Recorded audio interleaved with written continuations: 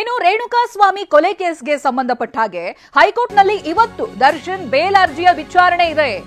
ನ್ಯಾಯಮೂರ್ತಿ S Vishwajit Shetty ಅವರಿರುವಂತಹ high court ಪೀಠ ಇಲ್ಲಿ ವಿಚಾರಣೆ ನಡೆಯುತ್ತೆ. ಅನಾರೋಗ್ಯ ಕಾರಣಕ್ಕೆ ಮಧ್ಯಂತರ ಬೇಲನ್ನ ಪಡೆದಿದ್ದಾರೆ ದರ್ಶನ್.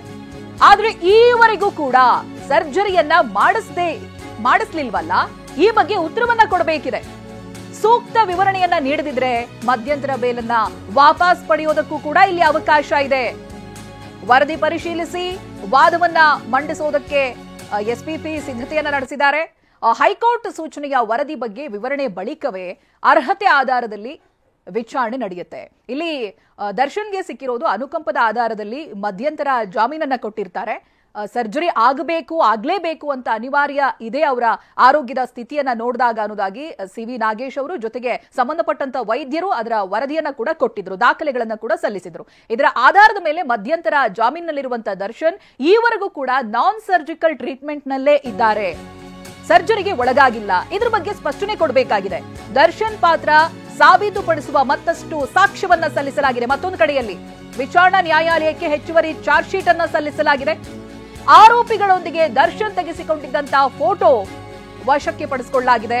ಕೊಲೆಯ ಬಳಿಕ ಆರೋಪಿಗಳ ಜೊತೆಗೆ ತೆಗೆಸಿಕೊಂಡಿರುವಂತಹ ಫೋಟೋಗಳು ಇವೆಲ್ಲವೂ ಕೂಡ ಸಿಕ್ಕಿದೆ. ದರ್ಶನ್ ಧರಿಸಿರುವ ಅದೇ ಬಟ್ಟೆ ಶೂಗಳನ್ನ ವಶಕ್ಕೆ ಪಡೆಯಲಾಗಿದೆ.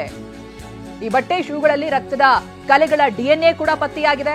ಇದೆಲ್ಲವನ್ನ ಆಧರಿಸಿ ವಾದವನ್ನ ಮಂಡಿಸ್ತಾರೆ ಎಸ್ಪಿಪಿ ಪ್ರಸನ್ನ ಕುಮಾರ್. ನೋಡಿ, ಇಲ್ಲಿ ಬಹಳ ಮುಖ್ಯವಾಗಿ ಈ ಡೇಟಾಗೆ ಸಂಬಂಧಪಟ್ಟಾಗಿ ಡೇಟಾ ರಿಟ್ರೀವ್ ಮಾಡೋದಕ್ಕಾಗಿ FSLಗೆ ಏನು ಮೊಬೈಲ್ಗಳನ್ನ ಕಳಿಸಿಕೊಟ್ಟಿದ್ರು, ಅದು ರಿಟ್ರೀವ್ ಆಗಿ ಕೆಲವೊಂದು ಫೋಟೋಗಳು ಸಿಕ್ಕಾಕೊಂಡಿದ್ದಾವೆ. A3 ಪವನ್ ಮೊಬೈಲ್ ನಲ್ಲಿರುವಂತಹ ಫೋಟೋಗಳು ಜೊತೆಗೆ 8 ಫೋಟೋಗಳು ಸಿಕ್ಕಿವೆ. ಅದರಲ್ಲಿ ದರ್ಶನ್ ಆ ಸ್ಥಳದಲ್ಲಿ ಇರುವಂತದ್ದು ಪಕ್ಕಾ ಆಗ್ತಾ ಇದೆ. ಜೊತೆಗೆ ಆತ ಯಾವ ಟಿ ಶರ್ಟ್ ಹಾಗೆ ಶೂಸ್ ಗಳನ್ನ ಧರಿಸಿದ್ರು ಅದೇ ಶೂಗಳನ್ನ ವಶಕ್ಕೆ ಪಡಿಸ್ಕೊಂಡಿದ್ದಾರೆ. ಆ ಶೂ ಮತ್ತೆ ಬಟ್ಟೆಗಳಲ್ಲಿ ರಕ್ತದ ಕಲೆಗಳಿರೋದರ DNA ಕೂಡ ಪತ್ತೆಯಾಗಿದೆ. ಇವೆಲ್ಲವನ್ನ ಆಧರಿಸಿ ಇಲ್ಲಿ ಹೆಚ್ಚುವರಿ ಚಾರ್ಜ್ ಶೀಟ್ ಅನ್ನ ಕೂಡ ಸಲ್ಲಿಸಲಾಗಿದೆ. ಹೆಚ್ಚುವರಿ ಚಾರ್ಜ್ ಶೀಟ್ ನಲ್ಲಿ ಇವೆಲ್ಲ ಅಂಶಗಳಿದೆ. ಇದೀಗ ಇದೇ ಆಧಾರದ ಮೇಲೆ ವಾದವನ್ನ ಮಂಡಿಸೋದಕ್ಕೆ ಎಸ್ಪಿಪಿ ಪ್ರಸನ್ನ ಕುಮಾರ್ ತಯಾರಾಗಿದ್ದಾರೆ ಅಂತ ಹೇಳಿದ್ರೆ, ಒಂದು ಕಡೆಯಲ್ಲಿ ಸರ್ಜರಿಗೆ ಒಳಗಾಗದೇ ಇರೋದು, ಮತ್ತೊಂದು ಕಡೆಯಲ್ಲಿ ಹೆಚ್ಚುವರಿ ಸಾಕ್ಷ್ಯಗಳ ಸಂಗ್ರಹ ಆಗಿರೋದು, ಇವೆಲ್ಲವೂ ಕೂಡ ಸಂಕಷ್ಟಕ್ಕೆ ಒಳಗಾಗುವಂತೆ ಮಾಡುತ್ತೆ ದರ್ಶನ್ ಅಂಡ್ ಗ್ಯಾಂಗ್ ಅನ್ನ. ಪವಿತ್ರ ಗೌಡ, ನಾಗರಾಜು, ಹಾಗೆ ಅನುಕುಮಾರ್, ಲಕ್ಷ್ಮಣ್ಯಂ ಮತ್ತೆ ಜಗದೀಶ್ ಬೇಲ್ ಅರ್ಜಿಯ ವಿಚಾರಣೆ ಇದೆ. ಹೈಕೋರ್ಟ್ ನಲ್ಲಿ ಇವತ್ತು ಜಾಮೀನು ಅರ್ಜಿಯ ವಿಚಾರಣೆ ನಡೆಯುತ್ತೆ. ವಿಶ್ವಜಿತ್ ಶೆಟ್ಟಿ ಅವರಿರುವಂತಹ ಹೈಕೋರ್ಟ್ ಪೀಠ ಇಲ್ಲಿ ಜಾಮೀನು ಅರ್ಜಿಯ ವಿಚಾರಣೆ ನಡೆಯುತ್ತೆ. ದರ್ಶನ್ ಮಾತ್ರ ಅಲ್ಲ, ಪವಿತ್ರ ಗೌಡ, ನಾಗರಾಜ್, ಹಾಗೆ ಅನುಕುಮಾರ್, ಲಕ್ಷ್ಮಣ್ಯಂ ಮತ್ತೆ ಜಗದೀಶ್ ಇವ್ರುಗಳ ಬೇಲ್ ಅರ್ಜಿಯ ವಿಚಾರಣೆನೂ ಕೂಡ ಇವತ್ತೇ ಇದೆ. ಏನಾಗುತ್ತೆ, ಯಾವ ಆಧಾರದಲ್ಲಿ ಇವರು ವಾದವನ್ನ ಮಂಡಿಸ್ತಾರೆ, ಇವೆಲ್ಲವೂ ಕೂಡ ಬಹಳ ಇಂಟ್ರೆಸ್ಟಿಂಗ್ ಆಗಿ ಸಾಗುತ್ತೆ. ಮತ್ತೊಂದು ಕಡೆಯಲ್ಲಿ ದರ್ಶನ್ ವಿಚಾರವಾಗಿ, ದರ್ಶನ್ ಈಗಾಗಲೇ ಹೊರಗಡೆ ಇರೋದ್ರಿಂದ ಆರೋಗ್ಯದ ನೆಪವನ್ನ ಒಡ್ಡಿ ಮಧ್ಯಂತರ ಜಾಮೀನನ್ನು ಕೂಡ ಪಡೆದಿರೋದ್ರಿಂದ ಯಾವ ರೀತಿಯಾಗಿ ಮುಂದೆ ಎಕ್ಸ್ಟೆಂಡ್ ಆಗುತ್ತಾ, ಏನಾಗುತ್ತೆ ಅನ್ನುವಂತ ವಿಚಾರಗಳು ಇನ್ನಷ್ಟೇ ಗೊತ್ತಾಗಬೇಕಿದೆ. ಈ ಬಗ್ಗೆ ಡೀಟೇಲ್ಸ್ ಅನ್ನ ಪಡೆದುಕೊಳ್ತಾ ಹೋಗ್ತೀನಿ. ಪ್ರತಿನಿಧಿ ಪ್ರದೀಪ್ ಲೈವ್ ನಲ್ಲಿ ಜಾಯ್ನ್ ಆಗ್ತಾ ಇದ್ದಾರೆ. ಪ್ರದೀಪ್, ಒಂದು ಕಡೆಯಲ್ಲಿ ಮಧ್ಯಂತರ ಜಾಮೀನಲ್ಲಿ ಇದಾಗಲೇ ದರ್ಶನ್ ಹೊರಗಡೆ ಇದ್ದಾರೆ, ಅದೇನಾಗುತ್ತೆ, ಜೊತೆಗೆ ಹೆಚ್ಚುವರಿ ಚಾರ್ಜ್ ಶೀಟ್ ನ ಸಲ್ಲಿಕೆ ಆಗಿದೆ, ಅದು ಯಾವ ರೀತಿಯಾಗಿ ಸಂಕಷ್ಟವಾಗಿ ಪರಿಣಮಿಸುತ್ತೆ ಡಿ ಗ್ಯಾಂಗ್ಗೆ ಅನ್ನುವಂಥದ್ದು ಒಂದು ಪ್ರಶ್ನೆ. ಮತ್ತೆ ಉಳಿದಿರುವಂತವರ ಜಾಮೀನು ಅರ್ಜಿಯ ವಿಚಾರಣೆ ಕೂಡ ಇವತ್ತಿರೋದ್ರಿಂದ ಏನೇನು ಸಾಗುತ್ತೆ, ಏನ್ ಡೆವಲಪ್ಮೆಂಟ್ ಆಗುತ್ತೆ ಇವತ್ತಿನ ದಿನ?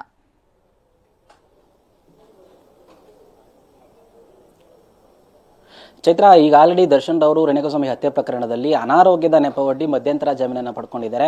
ಆದರೆ ಇದೇ ವೇಳೆ ಅವರ ರೆಗ್ಯುಲರ್ ಜಾಮೀನು ಅರ್ಜಿ ಏನಿತ್ತು ಅದು ಕೂಡ ಹೈಕೋರ್ಟ್ ಅಲ್ಲಿ ವಿಚಾರಣೆಗೆ ಬಂದಿರುವಂತದ್ದು. ಈ ಹಿಂದೆ ನಡೆದ ವಿಚಾರಣೆಯಲ್ಲಿ ಏನು ಸರ್ಕಾರಿ ಪರ ವಕೀಲರು ಸಹ ಇದಕ್ಕೆ ಅಬ್ಜೆಕ್ಷನ್ ಅನ್ನ ಹಾಕಿದ್ರು. ಜೊತೆಗೆ ಮಧ್ಯಂತರ ಜಾಮೀನನ್ನ ಪಡ್ಕೊಂಡ ನಂತರ ಆಪರೇಷನ್ ಮಾಡಿಸ್ಬೇಕನ್ನೋದ್ರ ಬಗ್ಗೆ ಯಾವುದೇ ರೀತಿಯಾದಂತಹ ಸಂಪೂರ್ಣವಾದಂತಹ ವೈದ್ಯಕೀಯ ವರದಿಗಳನ್ನ ಕೊಟ್ಟಿಲ್ಲ, ಯಾವಾಗ ಆಪರೇಷನ್ ಮಾಡಿಸ್ಕೋಬೇಕು ಅನ್ನೋದ್ರ ಬಗ್ಗೆ ಮಾಹಿತಿಯನ್ನ ನೀಡಿಲ್ಲ ಅಂತ ಹೇಳಿ ಆಕ್ಷೇಪಣೆಯನ್ನ ಕೊಟ್ಟಿದ್ರು. ಆ ವೇಳೆ ದರ್ಶನ್ ಪರ ವಕೀಲರು ಆ ಒಂದು ವೈದ್ಯಕೀಯ ವರದಿಗೆ ಸಂಬಂಧಪಟ್ಟಂತ ಕೆಲವೊಂದು ಮಾಹಿತಿಗಳನ್ನ ವರದಿಗಳನ್ನ ಕೋರ್ಟ್ಗೆ ಸಲ್ಲಿಸಿದ್ರು. ಜೊತೆಗೆ ಆ ಒಂದು ವರದಿ SPP ಕೈಗೂ ಸಹ ಸೇರಿತ್ತು. ಎಲ್ಲವನ್ನೂ ಕೂಲಂಕುಷವಾಗಿ ಪರಿಶೀಲಿಸಿ ಮುಂದಿನ ವಿಚಾರಣೆಯಲ್ಲಿ ಇದ್ರ ಬಗ್ಗೆ ವಿಚಾರಣೆ ಮಾಡೋಣ ಅಂತ ಹೇಳಿ ಕೋರ್ಟ್ ಕೂಡ ಅದನ್ನ ವಿಚಾರಣೆಗೆ ಮುಂದೂಡಿತ್ತು. ಜೊತೆಗೆ ದರ್ಶನ್ ಜೊತೆಗೆ ಪವಿತ್ರ ಗೌಡ, ಅನುಕುಮಾರ್, ನಾಗರಾಜು ಮತ್ತು ಇನ್ನೊಬ್ಬ ಆರೋಪಿಯ ರೆಗ್ಯುಲರ್ ಜಾಮೀನು ಅರ್ಜಿಯೂ ಸಹ ಇವತ್ತು ವಿಚಾರಣೆಗೆ ಮುಂದೂಡಿಕೆ ಆಗಿತ್ತು. ಇವತ್ತು ಮತ್ತೆ ಏಕಸದಸ್ಯ ಪೀಠದಲ್ಲಿ ವಿಚಾರಣೆಗೆ ಜಾಮೀನು ಅರ್ಜಿ ಬರಲಿದ್ದದ್ದು.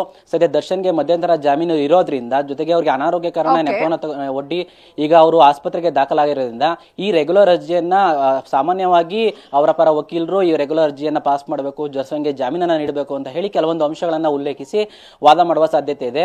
ಅದರ ಪ್ರತಿಯಾಗಿ SPP ಕೂಡ ಇದಕ್ಕೆ ಅಬ್ಜೆಕ್ಷನ್ ಆಗುವ ಸಾಧ್ಯತೆ ಇದೆ. ಯಾಕಂದ್ರೆ ಈಗ ಆಲ್ರೆಡಿ ಅವರು ಮಧ್ಯಂತರ ಜಾಮೀನ ಪಡ್ಕೊಂಡು ಅನಾರೋಗ್ಯದ ಕಾರಣ ಜೊತೆಗೆ ಆಸ್ಪತ್ರೆಯಲ್ಲಿ ದಾಖಲಾಗಿದ್ದಾರೆ. ಆದ್ರೆ ಅವರ ಆಪರೇಷನ್ಗೆ ಡೇಟು ಜೊತೆಗೆ ಇನ್ನಿತರ ವೈದ್ಯಕೀಯ ವರದಿಗಳು ಈಗಷ್ಟೇ ತಲುಪಿದ್ದು ಅವರು ಅದ್ರ ಬಗ್ಗೆನೂ ಸಹ ಈಗ ಆಲ್ರೆಡಿ ಸಾಕಷ್ಟು ಮಾಹಿತಿಯನ್ನು ಸಂಗ್ರಹಿಸಿಕೊಂಡು ಅದರ ಒಂದು ಅದಕ್ಕೆ ಸಂಬಂಧಪಟ್ಟಂತಹ ಯಾವುದೇ ರೀತಿಯಾದ ವಾದವನ್ನ ಮಂಡಿಸಬೇಕು ಅದನ್ನು ಮಂಡಿಸಿ ಜಾಮೀನನ್ನು ನೀಡಬಾರದು ಅಂತ ಹೇಳಿ ಬಹುತೇಕವಾಗಿ ವಾದವನ್ನ ಮಂಡನೆ ಮಾಡುವ ಸಾಧ್ಯತೆ ಇದೆ. ಇವತ್ತು ದರ್ಶನ್ ಅವರಿಗೆ ರೆಗ್ಯುಲರ್ ಜಾಮೀನು ಅರ್ಜಿ ಭವಿಷ್ಯ ಖಂಡಿತವಾಗ್ಲೂ ಇವತ್ತು ಹೊರಬೀಳಲಿದೆ. Chaitra, thank you Pradeep. ಮಾಹಿತಿಗಾಗಿ ನಿಜಕ್ಕೂ ಇವತ್ತು ಡಿ ಗ್ಯಾಂಗ್ಗೆ ಬಹಳ ದೊಡ್ಡ ದಿನ. ಜೊತೆಗೆ ಹೆಚ್ಚುವರಿ ಚಾರ್ಜ್ ಶೀಟ್ ಏನ್ ಸಲ್ಲಿಕೆ ಆಗಿದೆ ಅದು ಯಾವ ರೀತಿಯಾಗಿ ಪರಿಣಾಮ ಬೀರುತ್ತೆ ಅನ್ನೋದು ಕೂಡ ಇವತ್ತಿನ ದಿನ ಗೊತ್ತಾಗುತ್ತೆ.